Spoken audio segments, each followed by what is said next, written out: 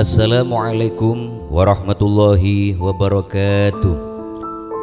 Dikisahkan dalam kitab Bada'i'uz Zuhur fi Waqa'id Duhur karya Al-Imam Muhammad bin Ahmad bin Ilyas Al-Hanafi.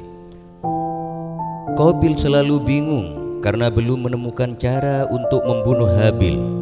Lalu si laknat iblis datang pada Qabil dengan menyamar salah satu saudaranya dan mengambil dua batu dari bumi lalu memukulkan antara satu sama lain. Maka terbelahlah batu tersebut menjadi dua. Sedangkan Qabil menyaksikan hal itu dan ia berkata, "Kenapa aku tidak melakukan hal ini pada Habil?" Lalu seketika itu Qabil bangkit dan menemui Habil. Lalu ia melihat Habil lagi tidur di bawah gunung. Maka Qabil mengambil batu besar dan menjatuhkannya ke kepala Habil, dan akhirnya Habil pun mati. Habil adalah orang pertama kali dibunuh dengan zalim di antara anak cucu Adam. Waktu itu umurnya 20 tahun. Setelah Qabil berhasil membunuh Habil, maka Qabil menjadi bingung karena ia tidak tahu apa yang harus dilakukan terhadap jasadnya Habil.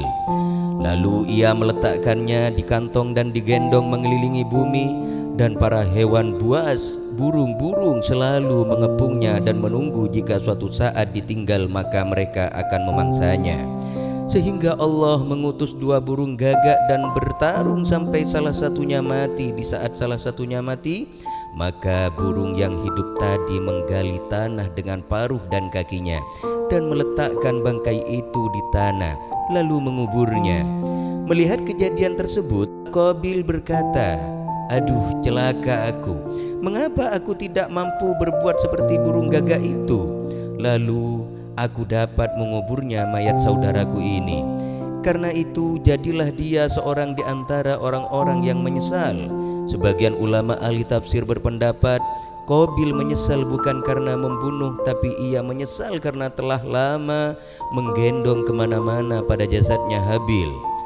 Dikatakan bahwa Qabil menggendong jasad Habil itu selama 1 tahun dan tidak tahu apa yang harus ia lakukan pada jasad Habil. Para ahli penerawangan berkata, sesungguhnya para ahli nujum menjelaskan bahwa bintang yang berekor atau lintang kemukus tidak menampakkan diri di dunia kecuali saat terbunuhnya Habil dan saat terjatuhnya Nabi Ibrahim ke pembakaran, dan saat hancurnya kaum Ad, dan saat tenggelamnya Fir'aun. Dan hal itu akan berlangsung, tidak akan menampakkan diri kecuali jika ada bala atau matinya para pemimpin. Dan lintang tadi juga menampakkan diri pada awal Islam ketika perang Badar Kubra, dan juga menampakkan diri ketika terbunuhnya Khalifah Sayyidina Utsman bin Affan dan terbunuhnya Sayyidina Ali karramallahu wajhah. Dan ini adalah perkara yang sudah terbukti. Wallahu a'lam. Refleksi hikmah dari kisah ini, manusia adalah makhluk sosial yang paling mulia di bumi ini. Karena itu sudah sepatutnya manusia bersosialisasi, bertingkah laku dengan etika yang terpuji, khususnya kepada sesama dan semua makhluk ciptaan Ilahi Rabbi. Kita wajib berbuat baik pada semua orang di sekitar kita dan penuh kasih sayang dan memaksimalkan etika.